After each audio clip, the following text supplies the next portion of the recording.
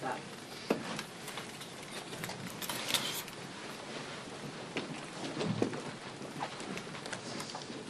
Good afternoon, everyone. Afternoon.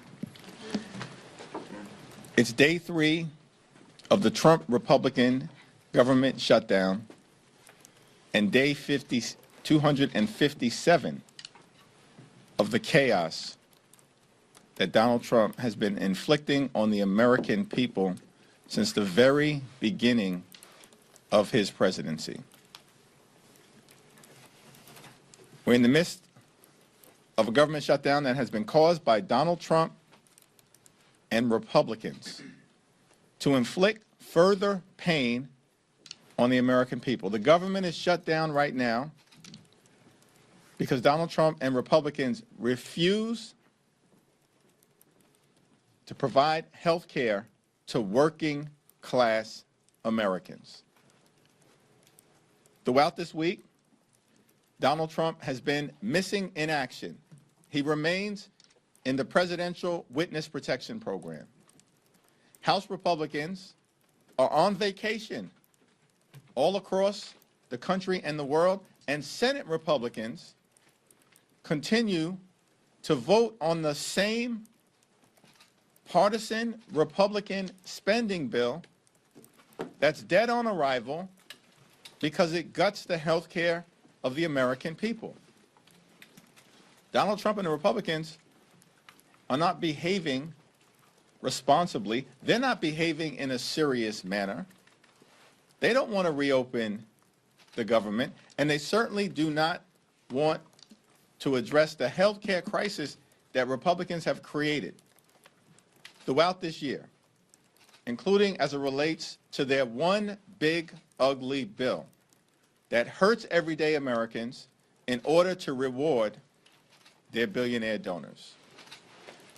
Democrats made clear, including at the White House meeting on Monday, that health care premiums, copays, and deductibles were about to skyrocket for tens of millions of Americans all across the country in an environment where the cost of living in this country is already too high. Donald Trump has already made life more expensive because of his tariffs and failed Republican policies. But that cost of living crisis is about to get worse, particularly as it relates to health care costs. Here are just 3 examples as it relates to the types of skyrocketing health care costs that everyday Americans are about to confront. In the Commonwealth of Virginia, by way of example, just one plan. Currently, this health care plan costs an everyday American, a working class American, $595.94 a month. But because Republicans refuse to extend the Affordable Care Act tax credit, that same plan is going to go up to $1,890 per month. How is that possible for working families to afford? That's in Virginia. In Idaho, Silver Plan currently available for $611 per month. But it's now public information that because of the Republican refusal to extend the Affordable Care Act tax credits, that same plan, currently $611 per month, will go up to $2,083 a month in an environment where America is already too expensive, where the cost of living is already too high, where the Trump tariffs are already imposing thousands of dollars per year of additional costs. And now, healthcare costs is about to skyrocket out of control. One final example. In Georgia, the heart of Dixie, in the Deep South, current silver HMO plan from Kaiser Permanente, currently it costs $699 per month. But because of the Republican refusal to extend the Affordable Care Act tax credits, that same plan, currently $699 per month, is about to skyrocket to $2,763 a month. This is going to cause medical bankruptcy for some, and millions of others will be unable to afford the health care that they need for themselves, their children, and their families. This is why we need to deal with the Republican health care crisis right now, because the crisis is having real impact on working class Americans right now. And the notion that there's time to wait. Think about this, that Republicans spent all year focused on their one big ugly bill so they can permanently extend massive tax breaks for the wealthy, the well-off, and the well-connected, for their billionaire donors, in order to subsidize the lifestyles of the rich and shameless. That's what they've done all year. And these tax breaks for the wealthy and the well-off, they were scheduled to expire on December 31st. But they spent months obsessed with rewarding their billionaire donors with massive tax breaks, but now claim that the Affordable Care Act tax credits, which expire at the same time as those tax breaks for their wealthy friends, no, they can't be bothered. They can't be bothered with extending them right now. Why is this? Because Republicans just want to gut health care for the American people. And Democrats will continue to stand on the side of the American people, fight for their health care, and improve their quality of life. Questions? Majority Leader Thune, Speaker Johnson have said that they are willing to negotiate on the ACA tax credits, but only if the government is reopened. Is it that Democrats don't trust that they would negotiate in good faith without the leverage of a government shutdown? Well, we don't view a government shutdown as leverage. Republicans have shut the government down. Republicans control the House, the Senate, and the presidency. They've shut the government down. Now, of course, we've made clear we will work in a bipartisan way with our Republican colleagues, try to find a path forward, reopen the government, and reach a spending agreement, but it has to meet the needs of the American people. If we're going to vote affirmatively on a spending bill, I think the American people understand it's reasonable for us to make the point that that spending bill should actually improve the lives of the American people, particularly as it relates to dealing with the Republican health care crisis that is present right now. And why would we believe that Republicans have any interest in addressing the Affordable Care Act based on their word, when for 15 years Republicans have been doing everything possible to gut the Affordable Care Act, to repeal and displace people off the Affordable Care Act? And Democrats have pushed back aggressively against them, and thankfully, several years ago, with the courageous support of then Senator John McCain, we stopped the Trump Republican effort. Does that mean Democrats should hold out for a deal that's down on paper rather than one that's promised? It means that we need an ironclad legislative agreement to address the health care issues that we have raised, including the Affordable Care Act. Mr. Leader, good afternoon. Thank you. I know there's a lot of messaging going on both sides of the aisle, even inside your party. Ocasio-Cortez and Bernie Sanders, they had their feed. They seem to be getting a lot of attention here. There was a lot of criticism of the official Democratic feed and glitches and everything else.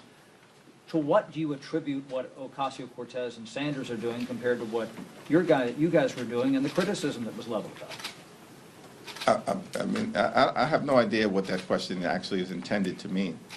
Like, Democrats have been all over the country engaging in every possible way, communicating with the American people that we're privileged to represent as it relates to the stakes of this fight.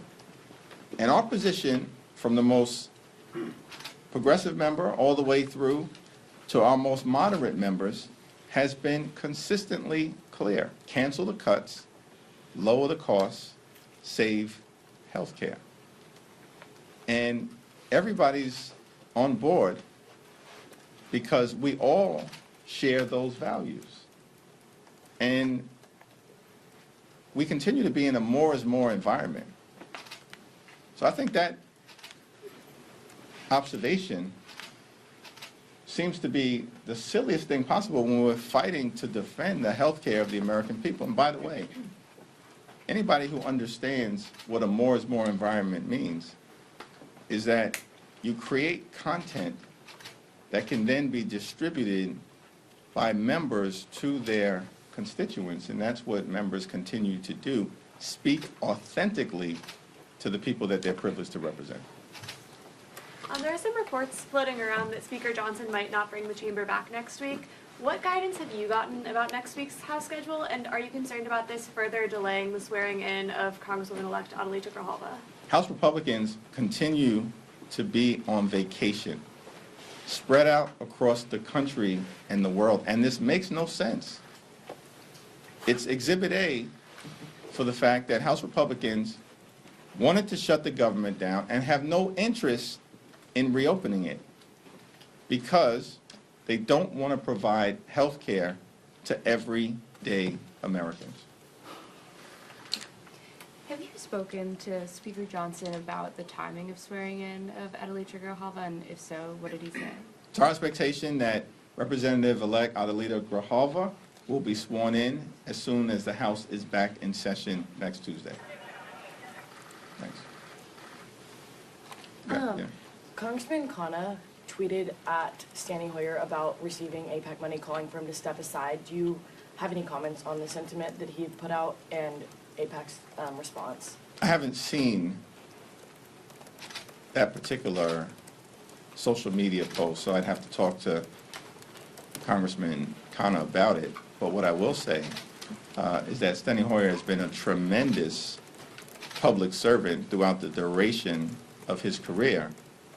And there's a reason why his constituents continue to elect him. It's my expectation that that will continue. Thank you. Thanks. You got it. Yeah. Thank you, Leader Jeffries. The White House has said that it's preparing for mass layoffs all throughout the government, and then President Trump himself posted a video of Rust's vote being depicted as the Grim Reaper. Do you have a response to the cuts that might be impending given the ongoing shutdown? Well, Donald Trump and Republicans have shut the government down as part of their ongoing effort to inflict pain and suffering on the American people.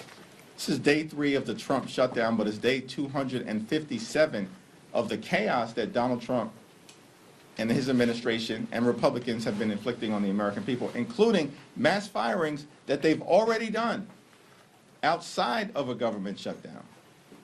This is who they are. Cruelty is the point when it comes to Trump policies. And his administration and Republican control of the House and the Senate has been a complete and total failure. And the American people know it. The overwhelming majority of the American people have already come to the conclusion that the country is moving in the wrong direction, that costs are too high, that the Trump tariffs have been a failure, that Republicans have broken our health care system, that the flood of extremism that has been unleashed on the American people, on black and brown communities, on law-abiding immigrant families, on the rule of law, on the American way of life itself, is out of control. And that Donald Trump and Republicans have failed to keep their core promise, which is to make life better and more affordable for the American people. Costs haven't gone down, they're going up. And health care costs are about to skyrocket because of the Republican refusal to extend the Affordable Care Act tax credits or address the health care crisis that they've created. Last night, the president also posted a video of an artificial intelligence generated video of you being thrown a "Make America Great Again" hat. How do you have a response just to the videos and comments that he's been making on social media about you and Leader Jeffries, and how do you believe that that may impact your ability to negotiate with them? Well, Donald Trump has behaved in a deeply unserious and deeply unhinged manner. And it's evidence of the fact that Republicans have a weak argument. So they've resorted to deep fake videos and to lying about the nature of the policy discussion. They've refused to bring House Republicans back to Washington, D.C. It's all evidence of the fact that Republicans are unserious. They know that Democrats are standing on the side of the American people by fighting to defend their health care, defend hospitals and nursing homes and community-based health centers that are closing all across America because of the Republican action taken in their one big ugly bill. They're on defense because they know that they enacted the largest cut to Medicaid in American history. They're on defense because Republicans know that as a result of their actions, the country is about to face a $536 billion cut to Medicare at the end of the year if Congress doesn't act. They're on defense because they know the Affordable Care Act tax credits are popular with the American people because the American people know that we should be standing on the side of working class Americans. That's what Democrats are doing, as opposed to Republicans always being on the side of the wealthy, the well-off, and the well-connected. Thank you, Leader. You've taken a hardline stance on these Affordable Care Act tax subsidies. It impacts roughly 20 million people, which is 5 to 6% of the population. Is it really worth burdening the rest of the country, the rest of the 95% of the country, with a government shutdown over something that impacts only 5 to 6%? We've made this healthcare fight about all of the things, all of the people. And by the way, just to be clear, everyone is about to experience dramatically increased premiums, copays, and deductibles because of the Republican healthcare crisis. Everyone in America. And as that happens, they'll know that this is a result of Donald Trump and failed Republican policies who have launched the largest assault on health care in American history. It's a Republican assault on the health care of rural America, urban America, small town America, the heartland of America, and black and brown communities all across America. It's an unprecedented Republican assault on health care and a massive crisis that impacts everyone, which is why we've been very clear. We're fighting for everyone. And the reality is, the dramatic increases in health care premiums that the American people are about to experience, some are connected to the Affordable Care Act tax subsidies and tax credits that Republicans are unwilling to renew in states like Virginia, a purple state, in states like Idaho and Georgia. These are red states. So is your question, we shouldn't be fighting for the people of Georgia and Idaho who are about to experience dramatically increased health care costs? Is that not a good fight for us to wage? We're standing up for Republican constituents because Republicans won't stand up for their own constituents. But this is everyone in America. Everyone in America is suffering because of the cost of living crisis caused by Donald Trump's failed policies, and everyone in America is suffering from the Republican health care crisis. Well, they said they're willing to negotiate Everyone. when it reopens. Thank you, Leader.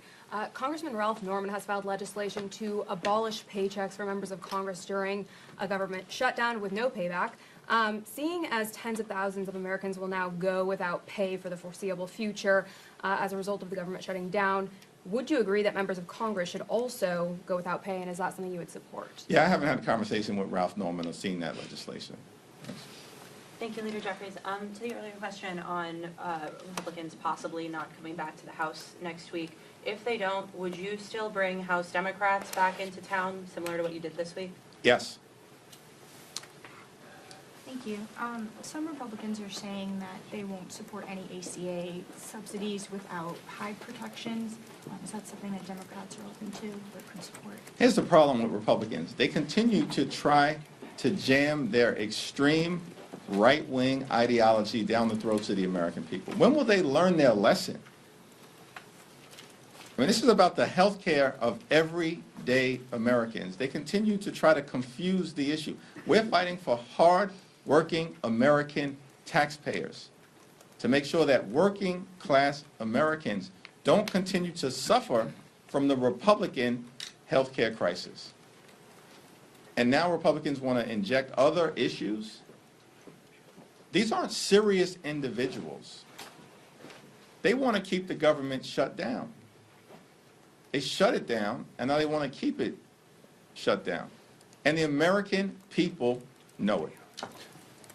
Leader Jeffries, could you elaborate on what you meant by when you said the president was in the Presidential Witness Protection Program?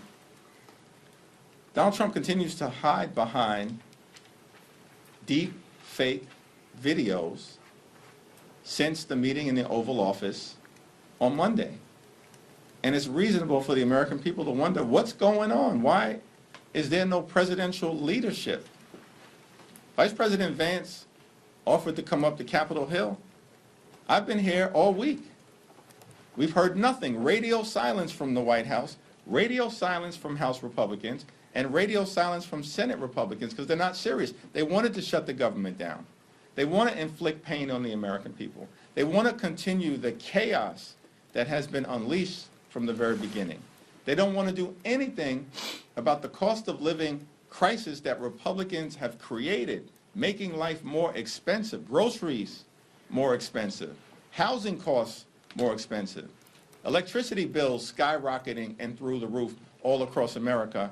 And now, because of Republican inaction and the cruelty of their policies connected to the health care crisis that they've created, premiums, copays, and deductibles are about to skyrocket as well.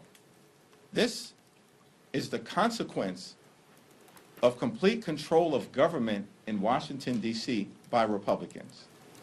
And the American people, everyday Americans, are suffering. And the only group of people benefiting from Republican policies right now are their billionaire donors.